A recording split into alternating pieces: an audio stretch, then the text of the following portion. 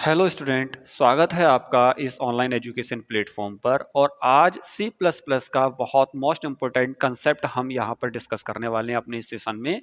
Oops, object oriented programming की। Object oriented programming क्या होती है, ये सी से क्यों डिफर है, सी प्लस प्लस को हम ऑब्जेक्ट ओरिएंटेड प्रोग्रामिंग क्यों बोलते हैं, और ऑब्जेक्ट ओरिएंटेड प्रोग्रामिंग की क्या क्या प्रॉपर्टी होती हैं, ऐसी कौन से कैरेक्टरिस्टिक हैं जो सी प्लस प्लस को ऑब्जेक्ट ओरिएंटेड बना देते हैं, और ऐसे कौन से मोस्ट इंपोर्टेंट 4 पिलर हैं जो किसी भी लैंग्वेज को ऑब्जेक्ट ओरिएंटेड बनाते हैं।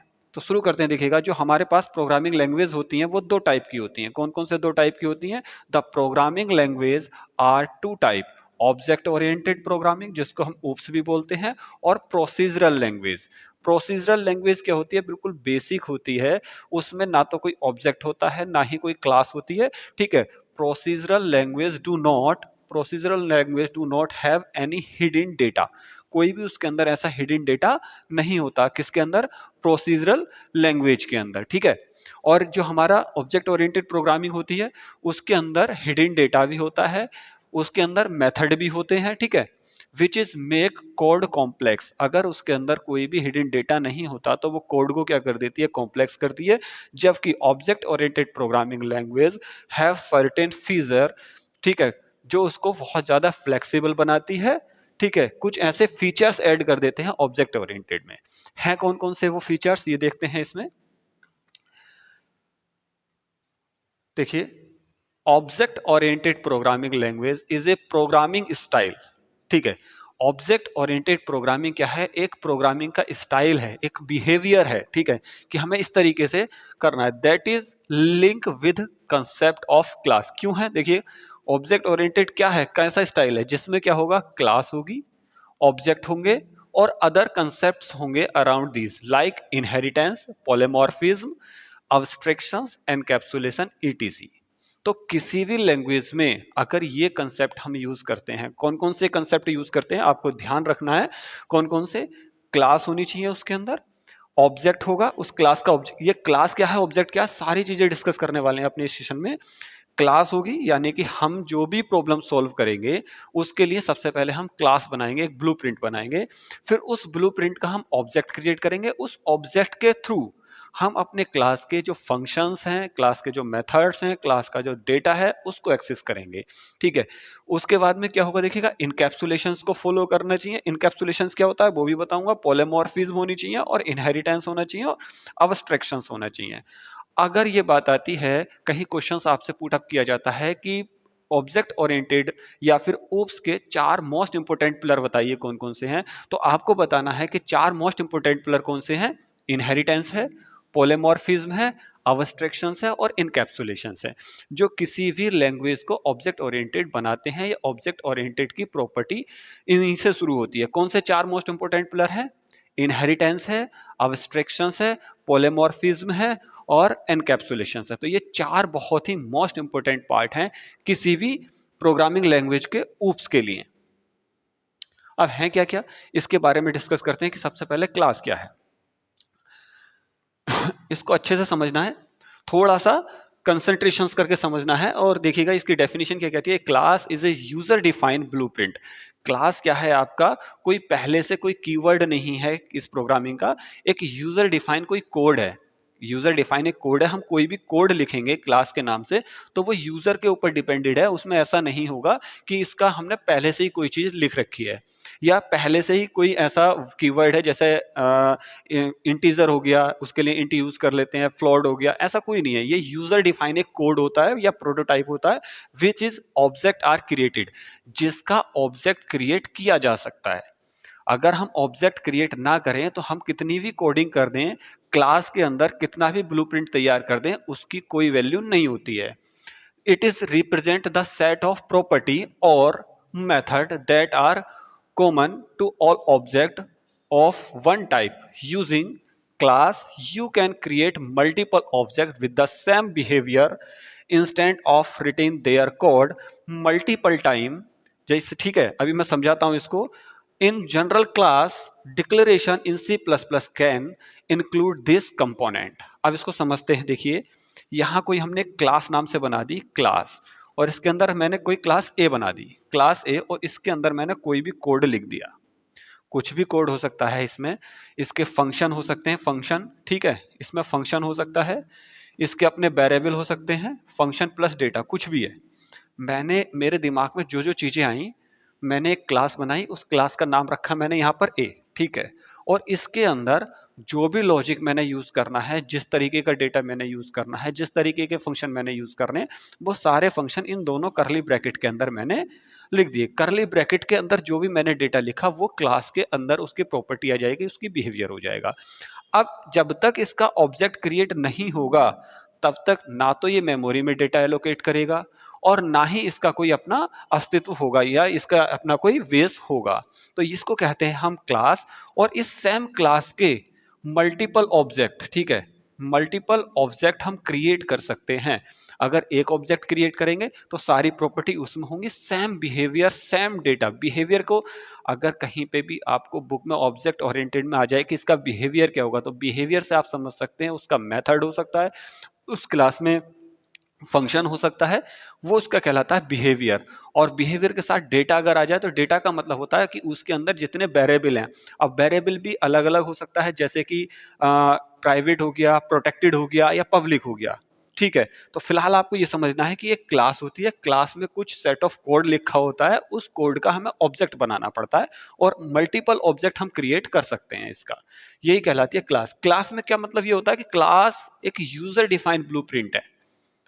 फॉर एग्जाम्पल, हमें किसी रूम के लिए कोई क्लास बनानी है कि उसमें चेयर कितनी होंगी, उसके अंदर कौन कौन सा डेटा होगा, ट्यूबलाइट्स क्या होंगी, तो वो हमने एक पूरा ब्लूप्रिंट बना लिया, उसका हमने क्लास लिख दिया रूम। या उसकी लेंथ कितनी होगी, ब्रेथ कितनी होगी, हमने एक ब्लूप्रिंट तैयार करा उसका पूरा और उसका नाम लिख दिया क्लास। क्लास का नाम रख दिया रूम। अब रूम के अंदर रूम 1, रूम 2, रूम 3 जैसे ही हम ऑब्जेक्ट क्रिएट करते चले जाएंगे तो वो उतने ही रूम का डेटा हमारे पास तैयार होता चला जाएगा। फॉर एग्जाम्पल, अगर मैं यहां लिखता हूं क्लास, फिर से समझेंगे, देखिए इसको अच्छे से समझना है। अगर आपको ओप्स के कंसेप्ट को समझना है तो क्लास को और ऑब्जेक्ट को आपको बहुत अच्छे से समझना है, तभी आपके समझ में आएगा कि इनहेरिटेंस क्या होता है, पॉलीमॉर्फिज्म क्या होता है, एनकैप्सुलेशंस क्या होता है या अब्स्ट्रैक्शंस क्या होता है। अगर आप ये नहीं समझ पाए कि क्लास क्या होती है और ऑब्जेक्ट क्या होता है तो आपका ऑब्जेक्ट ओरिएंटेड जो प्रोग्रामिंग है वो समझ नहीं आएगी। फिर से देखिएगा, हमने एक क्लास बनाई, उस क्लास का नाम लिख दिया हमने रूम, ठीक है। उस रूम के अंदर हमने सारे पैरामीटर रख दिए, उसकी लेंथ कितनी होगी, यानी कि हमने एक इंटीजर टाइप का बना दिया डेटा, इंटीजर, लेंथ, ब्रेथ, और भी बहुत सारी चीजें ले ली और उसके अंदर हमने फंक्शन बना दिया, ठीक है। फंक्शन कैसा हो सकता है, उसका एरिया का हो सकता है या उसमें वॉल्यूम का हो सकता है, और भी बहुत सारे डेटा हमने इसके अंदर फिट कर दिए क्लास के अंदर। या जो भी हमें ब्लूप्रिंट तैयार करना है उसके अंदर कितना रूम होने चाहिए, कितनी सीटिंग एरिया होना चाहिए उसके अंदर, या फिर अगर हम लैब के लिए तैयार कर रहे हैं, सारे जितना भी हमारे माइंड में चीजें चल रही हैं वो सारे हमने क्लास के अंदर डेटा उसका फीड कर दिया, मेथड हमने उसके लगा दिए। लेकिन जब तक उस क्लास का हमें ऑब्जेक्ट नहीं बनाएंगे, और इसका ऑब्जेक्ट हमने बना दिया, अगर हम इसका ऑब्जेक्ट बना देते हैं R1 तो एक रूम 1 हो गया, फिर ऑब्जेक्ट बनाते हैं इसका हम R2 तो क्या हो गया, दूसरा room. Same behaviour, same data, सारी चीजें जो हमने क्लास के अंदर बनाई हैं, इसके ऑब्जेक्ट क्रिएट करते ही ये सारी चीजें वहां पर यूज होनी शुरू हो जाती हैं। इसका मतलब ये हो गया कि ये रीयूजेबिलिटी का एक बहुत ही बढ़िया और बेस्ट एग्जाम्पल होता है क्लास और ऑब्जेक्ट का। आगे देखते हैं, क्लास क्या है, एक्सेस स्पेसिफायर। क्लास के अंदर यूज होते हैं एक्सेस स्पेसिफायर। जब भी हम क्लास बनाते हैं, उसका एग्जांपल भी मैं बताऊंगा अभी, फिलहाल इसका थोड़ा सा कंसेप्ट समझते हैं। जब भी हम कोई क्लास बनाते हैं तो उसमें हम एक्सेस स्पेसिफायर रखते हैं, यानी कि कौन सा डेटा हमें पब्लिक रखना है, कौन सा हमें प्राइवेट रखना है और कौन सा हमें प्रोटेक्टेड रखना है। तो यहां से चीजें समझ में आती हैं। किसी भी क्लास के अंदर जो डेटा हो सकता है वो 3 टाइप का हो सकता है, पब्लिक, प्राइवेट और प्रोटेक्टेड। कहाँ कहाँ यूज होगा, तो जब हम इसकी प्रोग्रामिंग समझेंगे तब समझ में आएगा कि प्राइवेट डेटा कहाँ यूज होगा और प्रोटेक्टेड डेटा कहाँ यूज होगा और पब्लिक डेटा कहाँ यूज होगा। तो पब्लिक डेटा तो आप कहीं पे भी यूज कर सकते हैं। क्लास में आपने जो भी डेटा बनाया उसको एज ए पब्लिक डिक्लेयर कर लिया, तो उसको आप उसके ऑब्जेक्ट के थ्रू कहीं से भी कॉल करके कहीं से भी उसको इन्वोक कर सकते हैं, मॉडिफाई कर सकते हैं। और कैसे करेंगे इसको डिटेल समझेंगे। फिलहाल ये समझना जरूरी है कि क्लास के अंदर जो हम डेटा रख सकते हैं वो डेटा 3 कैटेगरी के अंदर रख सकते हैं, प्राइवेट, पब्लिक और प्रोटेक्टेड। उसके अंदर देखिएगा, फिर क्लास का एक नाम होता है, the class name should be follow the naming, सही है, convention usually starting with a capital letter. जो भी हम क्लास बनाएंगे और उस क्लास का नाम कुछ भी रखेंगे तो उसका पहला अक्षर कैपिटल होना चाहिए। ये आपको बिल्कुल कंसंट्रेट होकर के ध्यान में रखना है। ऐसा नहीं है हमने क्लास XYZ नाम से कोई भी बना दी, जिस नाम से भी हम क्लास बना रहे हैं उस क्लास का जो पहला वाला लेटर है, जैसे मैं लिखता हूं यहाँ पर क्लास रूम, ठीक है, रूम, तो रूम का आर क्या होना चाहिए, कैपिटल होना चाहिए। ये इसमें एक बिल्कुल ध्यान रखने वाली बात है। बिल्कुल इसका क्या ना है, body, body, the class body is enclose with the braces, ठीक है, ये करली ब्रेसिस के अंदर होता है। ये इसकी बॉडी होती है। क्या होती है, ये इसकी बॉडी होती है। जितने भी मेथड फंक्शन जो भी रखना है हमें इसके अंदर रखना है। Define data member and member function, या फिर इसके अंदर बहुत सारी चीजें होती हैं, ठीक है, जैसे कंस्ट्रक्टर क्या होता है, बहुत सारी चीजें होती है। जो भी हमें रखना होता है वो इसी के अंदर हमें रखना होगा। तो ये चीजें हमें ध्यान रखना है कि क्लास में क्या होता है, क्लास का अपना एक्सेस स्पेसिफायर होते हैं। 3 टाइप के एक्सेस स्पेसिफायर होते हैं, प्राइवेट, पब्लिक और प्रोटेक्टेड। और उसके साथ में जिस नाम से भी हम क्लास बना रहे हैं उसका पहला अक्षर कैपिटल होगा, और जो भी चीजें उसके अंदर हमें रखनी है तो वो हमें बॉडी में रखनी पड़ेगी उसके। अब देखिएगा, क्लास और ऑब्जेक्ट के कंसेप्ट को थोड़ा और समझते हैं कि क्लास क्या होता है और ऑब्जेक्ट क्या होता है। ठीक, या क्लास और ऑब्जेक्ट के फंक्शन से पहले इस चीज को समझते हैं एक थोड़ा सा, कि हमने क्लास बनाई और उस क्लास को हम किस तरीके से हैंडल करेंगे, क्या कोड होता है हमारे पास में। तो देखिए, ये जो 2 लाइन है ये तो बिल्कुल बेसिक लाइन है, और इन बेसिक लाइन का मतलब होता है कि जो लाइब्रेरी है, जो भी हमें यूज करना है उसकी डेफिनेशन हमने इन 2 लाइनों में लिख दी, इंक्लूड आईओ स्ट्रीम और यूजिंग नेम स्पेस एसटीडी। ये बेसिकली क्या होता है, स्टैंडर्ड टाइप का एक नेम स्पेस है जो हम अपने प्रोग्राम में यूज कर रहे हैं, और इनपुट आउटपुट स्ट्रीम यानी कि सी इन और सी आउट के जो 2 फंक्शन है वो इसके अंदर डिफाइन है। तो ये 2 फाइलें हमने लाइब्रेरी फाइल ऐसे अपने प्रोग्राम में इंक्लूड कर ली। अब देखिए, क्लास हमने यह बना दिया, ये लिखने का तरीका होता है, क्लास डिक्लेयर करने का है। ये हमने क्लास बना दिया और इसका नाम लिख दिया हमने स्टूडेंट। अब स्टूडेंट का जो पहला अक्षर है वो कैपिटल है, एस कैपिटल है कि नहीं है। तो ये ध्यान रखना है कि जिस नाम से भी हमें क्लास बनानी है उस क्लास के नाम का पहला अक्षर कैपिटल हो गया हमारे पास। ये करली ब्रैकेट यहां से शुरू हुआ और देखिएगा यहां पर ये क्लास बंद हो गई, ठीक। यहां से यहां तक का इतना पार्ट कहला रहा है इस क्लास की बॉडी। क्या कहला रही है ये, क्लास की बॉडी। अब इस क्लास की बॉडी के अंदर हमने क्या किया, पब्लिक, देखिएगा पब्लिक के बाद में 2 डॉटेड लगा दिए। इसका मतलब इसके अंदर हम जो भी काम कर रहे हैं वो पब्लिकली होगा, उसको हम डायरेक्टली इन्वोक कर सकते हैं या कॉल कर सकते हैं या मॉडिफाई कर सकते हैं। अगर यहाँ पर इसको बोलते हैं एक्सेस स्पेसिफायर, यहाँ पर हम तीनों चीजों में से कोई सा भी यूज कर सकते थे, प्राइवेट भी यूज कर सकते थे और प्रोटेक्टेड भी यूज कर सकते थे, लेकिन उसका जो यूटिलाइजेशन होता वो अलग तरीके से होता। प्राइवेट का मतलब ये होता है कि केवल क्लास के अंदर ही होता है, पब्लिक का मतलब होगा कि क्लास के बाहर इसके ऑब्जेक्ट के थ्रू भी इसको एक्सेस कर सकते हैं। और इसमें देखिएगा, एक यहाँ पर स्ट्रिंग टाइप का वेरिएबल ले लिया हमने नाम, और यहाँ पर एक इंटीजर टाइप का वेरिएबल ले लिया हमने एज, ठीक। और एक फंक्शन लिया यहाँ पर डिस्प्ले, और इस डिस्प्ले के अंदर हमने क्या प्रिंट करा दिया, नाम, और न्यू लाइन पे हम यहाँ पर आ गए। तो हमने क्या किया, हमने एक क्लास क्रिएट की, क्लास का नाम रखा स्टूडेंट। स्टूडेंट के अंदर हमने 2 वेरिएबल लिए, एक स्ट्रिंग नाम का और एक इंटीजर नाम का। स्ट्रिंग नाम का जो लिया उस वेरिएबल का नाम लिखा हमने नाम, और इंटीजर नाम का जो वेरिएबल लिया उसका नाम लिख दिया हमने एज। और एक फंक्शन लिया और उस फंक्शन के अंदर हमने किसको प्रिंट करा दिया, नाम को हमने उसके अंदर प्रिंट करा दिया, ठीक है। किसको प्रिंट करा दिया हमने, नाम प्रिंट करा दिया यहाँ पर। इस तरीके से ये पूरा हमने एक क्लास बना दी। अब यहाँ पर ध्यान रखने वाली बात यह है कि इस क्लास का अभी तक, अगर हम इधर के कोड को ना देखें, इस कोड का अभी तक मेमोरी में एलोकेशन नहीं होगा। इस कोड का हम किस तरीके से ऑब्जेक्ट क्रिएट करेंगे, ये बहुत ही मोस्ट इंपोर्टेंट बात होने वाली है। सबसे पहले देखिएगा, जो प्रोग्राम हमारा एग्जीक्यूट होना स्टार्ट होता है वो मेन फंक्शन से होता है, और इस क्लास को हम मेन फंक्शन से बाहर, यानी कि बिल्कुल अपने मेन फंक्शन से बिल्कुल आउटर में ही डिक्लेयर करते हैं, कहीं बाहर डिक्लेयर करेंगे, मेन के अंदर नहीं करते इसको डिफाइन। मैन के अंदर आते हैं, ये वाला है इसका मैन पार्ट, जहां से हमारा प्रोग्राम एग्जीक्यूट होना स्टार्ट होगा। अब क्रिएट एंड ऑब्जेक्ट, अब देखिएगा इस तरीके से ये लाइन समझनी बहुत जरूरी है कि हमें किसी भी क्लास का ऑब्जेक्ट कैसे बनाना है। तो क्लास का ऑब्जेक्ट बनाने के लिए क्या होगा, हमें क्लास का नाम लिखना होगा और उसके आगे हमें क्या करना पड़ेगा, उस ऑब्जेक्ट का नाम लिखना पड़ेगा जिस नाम से हमें उसका ऑब्जेक्ट बनाना है। जैसे हम इंटीजर डिक्लेयर करते थे ना, इंटीजर ए, इस तरीके से क्लियर करते थे इंटीजर ए। इसका मतलब क्या हो गया, ए एक वेरिएबल हो गया, किस टाइप का हो गया, इंटीजर टाइप का हो गया। ऐसे ही हमने क्या किया, यहां पर S1 एक ऑब्जेक्ट क्रिएट कर लिया।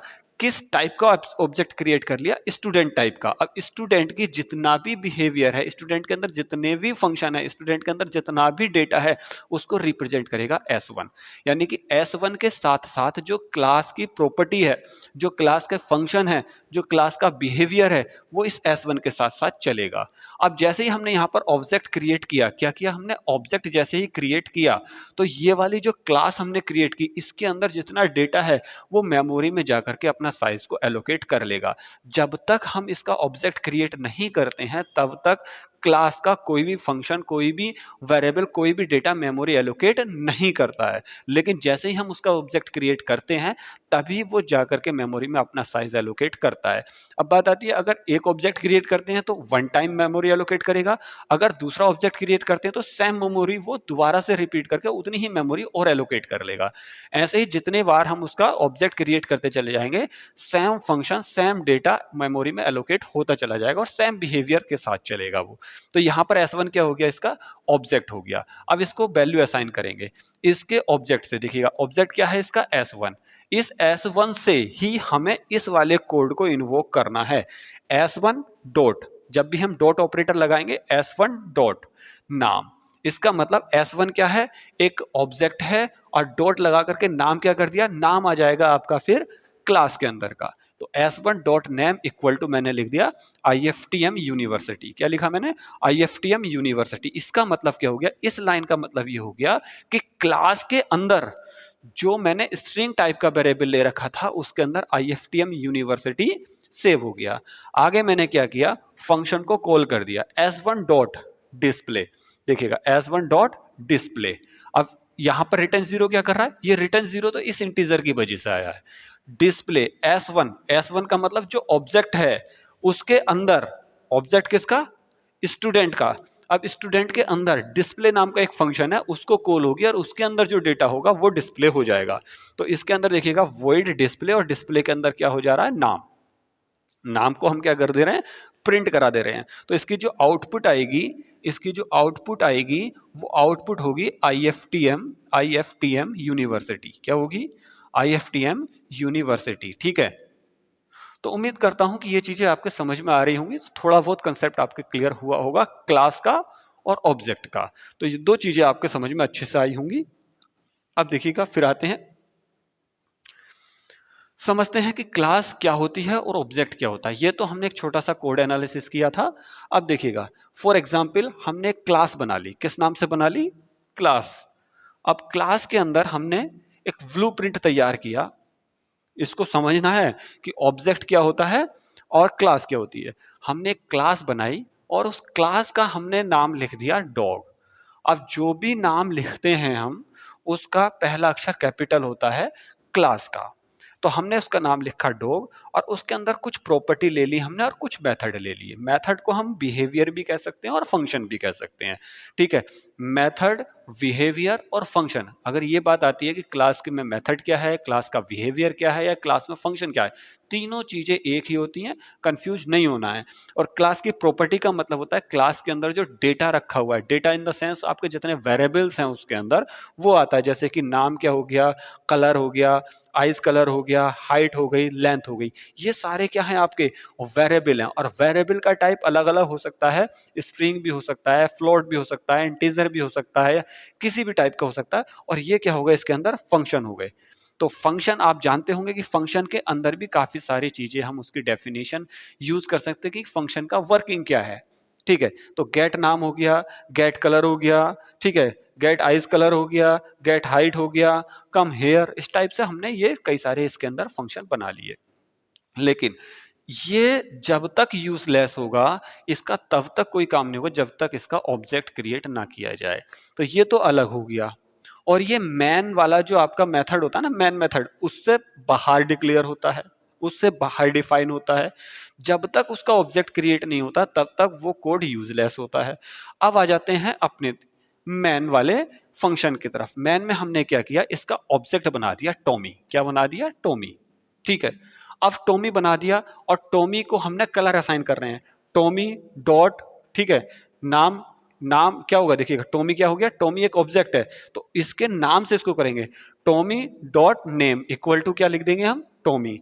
ठीक है, Tommy colour equal to green, Tommy dot eyes colour equal to, Tommy dot height equal to, Tommy dot length equal to, मतलब ऑब्जेक्ट का नाम डॉट लगा करके इधर के जितनी भी फंक्शन डेटा है हम यूज कर सकते हैं।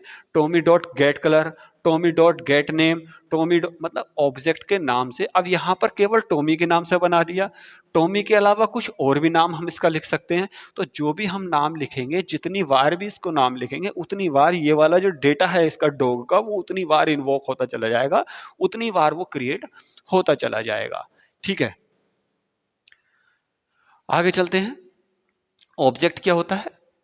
An object is an entity with the same property and behavior when an object is created that time the memory allocation. जैसे मैंने बताया कि एक एंटिटी होती है, एक एंटिटी जैसे कि डीवीएमएस में आप जानते होंगे कि एंटिटी रिलेशनशिप होता है, एंटिटी का अपना एक बिहेवियर होता है, इसी तरीके से तो ऑब्जेक्ट एक तरीके की एंटिटी होती है और एंटिटी का अपना एक बिहेवियर और अपना एक डेटा होता है।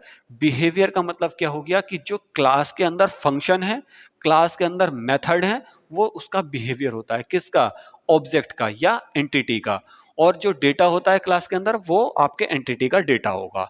और जब भी हम ऑब्जेक्ट क्रिएट करते हैं तभी मेमोरी एलोकेट करता है, ये यहां पर देखिएगा लिखा हुआ है। ठीक है, object is created at the time the memory is allotted. ठीक है, एलोकेटेड, जब उसका ऑब्जेक्ट क्रिएट होगा तभी मेमोरी एलोकेट होगी।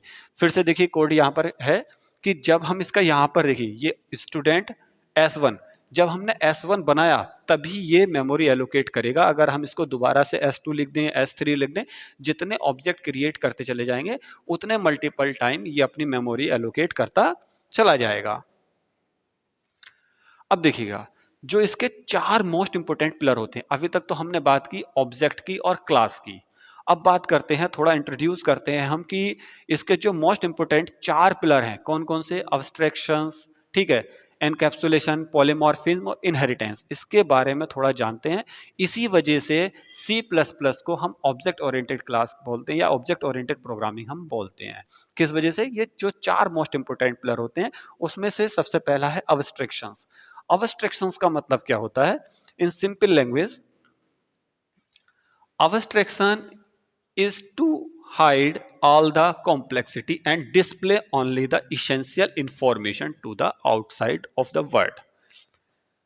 abstractions का मतलब होता है कि किसी भी ऑब्जेक्ट की जो कॉम्प्लेक्सिटी है, जो उसके अंदर कठिनाई है, जो परेशानी है, जितनी उसके अंदर मेथड यूज हुए हैं उसको हाइड कर देता है, छुपा देता है और सिर्फ उसकी फंक्शनैलिटी यूज में लाते हैं। इसके लिए एग्जांपल देखिएगा यहाँ दिया रखा है।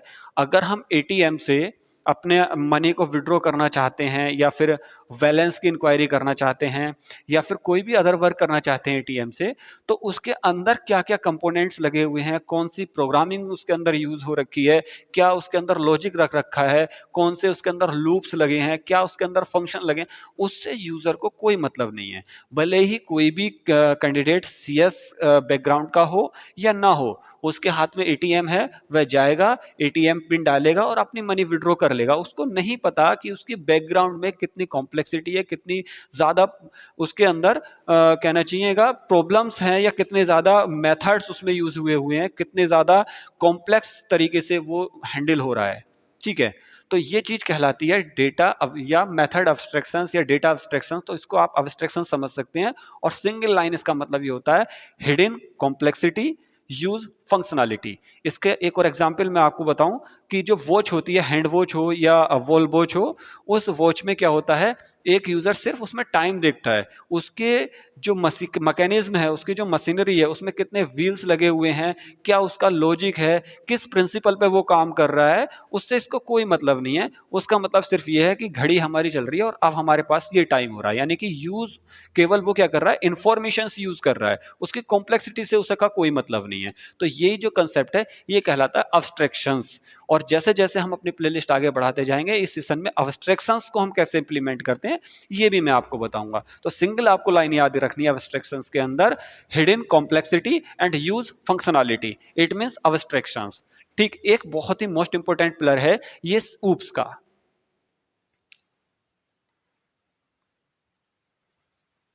एनकैप्सुलेशंस। अब एनकैप्सुलेशंस को समझते हैं। ये चार बहुत ही मोस्ट इंपोर्टेंट चीजें होती हैं किसी भी ऊप्स को समझने के लिए।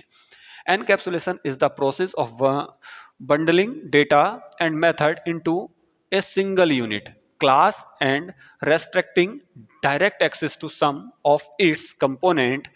It act as an protective shield for the data. Data is hidden from the other classes and accessed only through public method, achieved by declaring class variable as a private हो गए आपके और protected हो गए।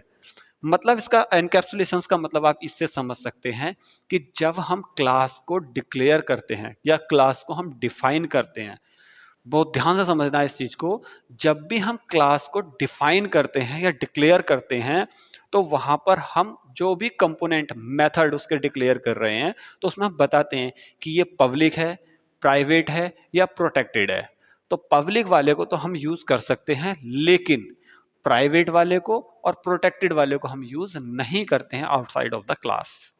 यही चीज कहलाती है। अब उसी के साथ साथ में क्या हो गया, देखिए अलग अलग डेटा हो गया, पब्लिक डेटा भी हमने रख रखा है क्लास के अंदर और प्रोटेक्टेड डेटा भी हमने क्लास के अंदर रख रखा है, लेकिन वो दोनों डेटा एक ही साथ हैं, लेकिन बाहर से उसको एक्सेस करने की कोई भी प्रोबेबिलिटी नहीं है कि उसको आप एक्सेस कर सकते हो। लेकिन बाहर से उसके ऑब्जेक्ट के थ्रू कौन सी चीजें इन्वोक कर सकते हैं या एक्सेस कर सकते हैं, जो ओनली पब्लिक वाली हैं। तो यही इसका मतलब है कि किसी भी क्लास के अंदर, देखिए क्लास के अंदर मेथड्स भी होते हैं और डेटा भी होता है, और वो दोनों एक दूसरे को क्या नहीं कर सकते, ना तो एक दूसरे से मिक्स होते हैं, प्राइवेट अलग होगा, पब्लिक अलग होगा, ठीक है, और एक ही क्लास के अंदर रखा होगा एज ए कैप्सूल की फॉर्म में।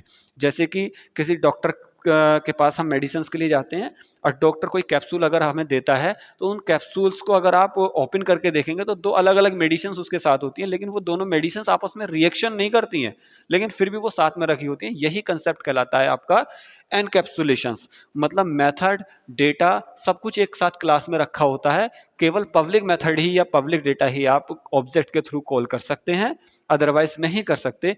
यही कंसेप्ट कहलाता है आपका क्या, एनकैप्सुलेशंस। ये दूसरा पिलर था, दूसरा मोस्ट इंपोर्टेंट ऑब्जेक्ट ओरिएंटेड जो कंसेप्ट है उसका दूसरा मोस्ट इंपोर्टेंट पिलर। नेक्स्ट है इनहेरिटेंस। अब देखिएगा, इनहेरिटेंस को थोड़ा सा और फ्लेक्सिबल किया। इनहेरिटेंस का मीनिंग क्या होता है? इनहेरिटेंस का मतलब होता है कि जब एक से ज्यादा क्लासेस हो, पहले समझते हैं। Inheritance is a mechanism in C++ where a class यानी कि derive class acquire the property and behaviour of another class, जिसको हम बेस क्लास कहेंगे, ठीक है। Enable a code reusability why inheritance data member and method from the base class achieved using follow by an access specifier. और access specifier तीन type के होते हैं जो मैंने स्टार्टिंग से बता रखे हैं, पब्लिक, प्राइवेट और प्रोटेक्टेड। अब इसको इस तरीके से समझ सकते हैं कि कोई हमने क्लास ए बनाई, ठीक है, कितने टाइप का इनहेरिटेंस होता है ये डिटेल में हम बाद में समझेंगे। सबसे पहले हमें आज केवल ओवरव्यू जानना है कि इनहेरिटेंस क्या होता है।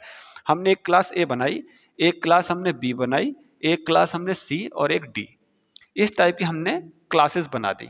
अब इस क्लास के अंदर इस क्लास को हमने इसमें इनहेरिट कर दिया। इनहेरिट का मतलब फॉर आप ये समझ सकते हैं कि बहुत पॉपुलर सा एग्जाम्पल है कि पेरेंट्स की जितनी प्रॉपर्टी होती है वो चाइल्ड को मिल जाती हैं। जैसे पेरेंट्स पे जितना भी बैलेंस होगा, जितना इकोनॉमिकल स्ट्रांग होगा, वो सारा का सारा किसका अधिकार होगा? उसके चाइल्ड का अधिकार हो सकता है। तो जो पेरेंट्स क्लास होती है उसको हम बेस क्लास भी बोलते हैं। क्या बोलते हैं? बेस क्लास भी बोलते हैं। लेकिन इसके अपने कुछ प्राइवेट चीजें भी तो होंगी, इसकी अपनी कुछ प्राइवेट कहना चाहिए कुछ प्राइवेट हैबिट्स होंगी, वो आपको यहां पर एक्सेस नहीं कर सकते। यहां पर कौन कौन से एक्सेस कर सकते हैं? जब भी हम एक क्लास को उसकी ड्राइव क्लास, नीचे वाली क्लास को बोलते हैं ड्राइव क्लास, ठीक है, इसको बोलेंगे ड्राइव क्लास और इसको बोलेंगे बेस क्लास। जिस क्लास को इनहेरिट किया जाता है वो होती है बेस क्लास, और जिसमें इनहेरिट किया जाता है वो कहलाती है ड्राइव क्लास। इसको ड्राइव करती है ये वाली क्लास। तो इसके अंदर जितना भी डेटा होगा, जितने भी फंक्शंस होंगे, ये वाली क्लास के ऑब्जेक्ट से इसको भी हम यूज कर सकते हैं। लेकिन कौन कौन से? पब्लिक वाले और कौन से वाले? प्रोटेक्टेड वाले। लेकिन प्राइवेट वाला जो डेटा है, प्राइवेट वाला जो डेटा है किसका? बेस क्लास का, वो भी इनहेरिटेंस करके हम यूज नहीं कर सकते। दो टाइप का डेटा हम उसके ड्राइव क्लास में यूज कर सकते हैं। कौन सा? पब्लिक वाला और प्रोटेक्टेड वाला। प्राइवेट वाला केवल और केवल क्लास के अंदर ही यूज होगा, वो डेटा क्लास के बाहर यूज नहीं होता है।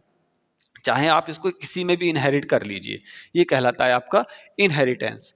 इसका एग्जाम्पल समझते हैं और अच्छे से देखिए। हमने एक बेस क्लास बनाई और उस बेस क्लास का नाम रखा एनिमल्स। क्या नाम रखा उस क्लास का?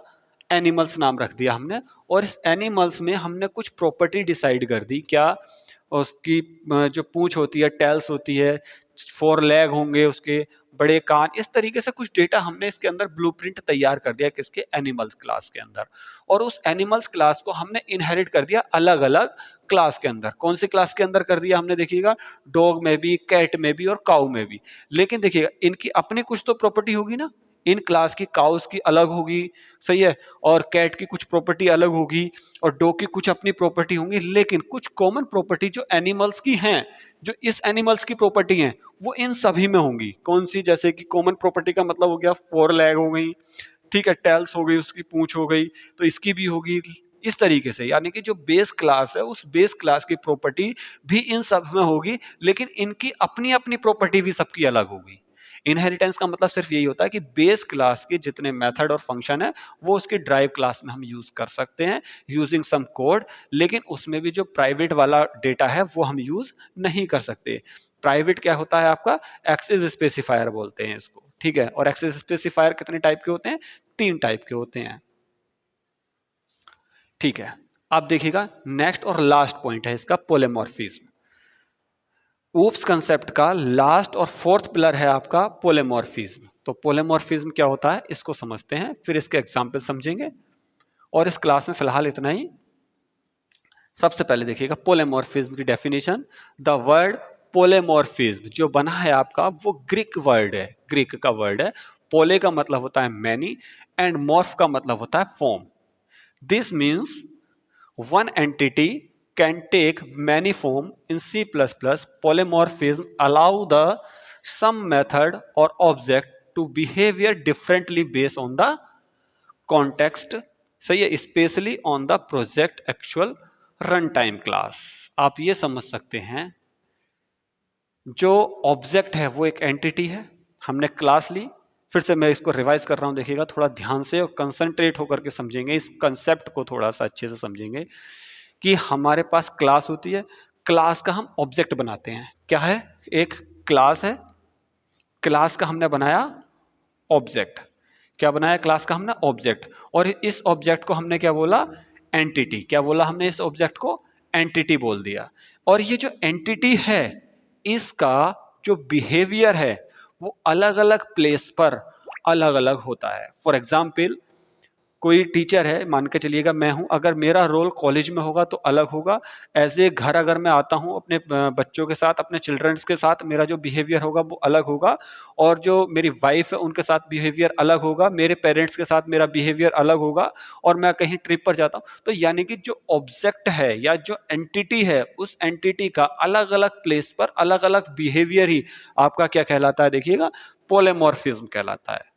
किसी भी एंटिटी का अलग अलग प्लेस पर अलग अलग बिहेवियर होना क्या कहलाता है? पॉलीमॉर्फिज्म। और ये पॉलीमॉर्फिज्म दो टाइप का होता है, एक होता है कंपाइल टाइम और एक होता है रन टाइम। क्या होता है? दो टाइप का होता है ये। कौन से दो टाइप का होता है? एक होता है आपका कंपाइल टाइम और एक होता है आपका रन टाइम। तो इसको किस तरीके से इंप्लीमेंट करते हैं या किस तरीके से जानते हैं, इसको देखिएगा। जो आपका कंपाइल टाइम होता है वो होता है फंक्शन ओवरलोडिंग या ऑपरेटर ओवरलोडिंग। फंक्शन ओवरलोडिंग या ऑपरेटर ओवरलोडिंग। जो ओवरलोडिंग वाला कंसेप्ट है वो कहलाता है कंपाइल टाइम पॉलीमॉर्फिज्म। ठीक है। और जो रन टाइम होता है वो होता है आपका ओवरराइडिंग। क्या होता है वो? ओवरराइडिंग।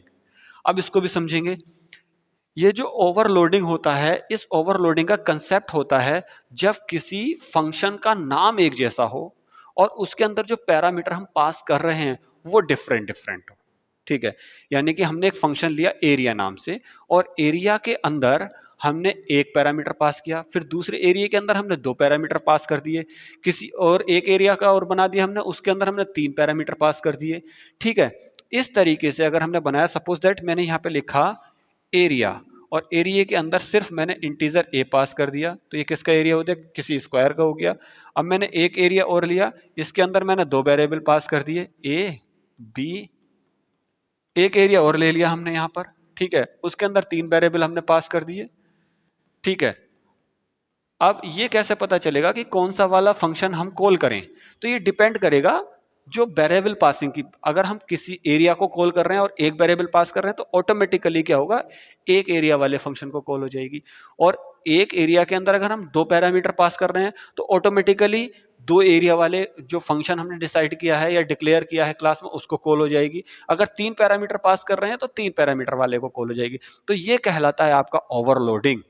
ओवरराइडिंग क्या होता है? ओवरराइडिंग हमेशा होगा आपका इनहेरिटेंस में।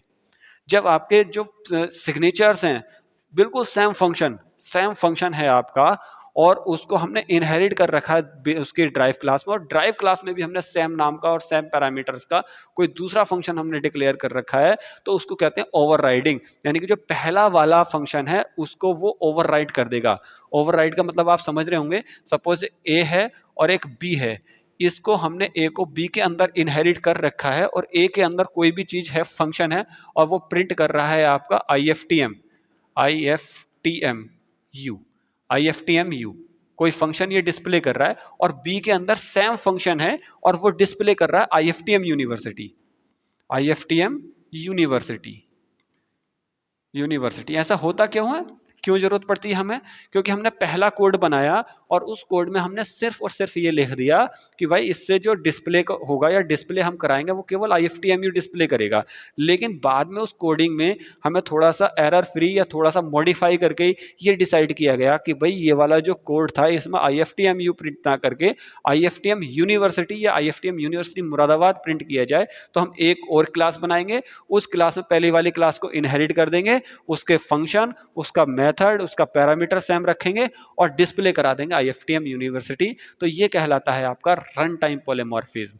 तो आज की क्लास काफी मोस्ट इंपोर्टेंट थी। इसमें हमने जो ऑब्जेक्ट ओरिएंटेड के जो कंसेप्ट हैं वो जो मोस्ट इंपोर्टेंट है किसी भी प्रोग्रामिंग के लिए, चार पिलर माने जाते हैं किसी भी ऑब्जेक्ट ओरिएंटेड प्रोग्रामिंग के, वो सारे डिस्कस किए। क्लास अच्छी लगी हो तो लाइक कीजिएगा। Thank you.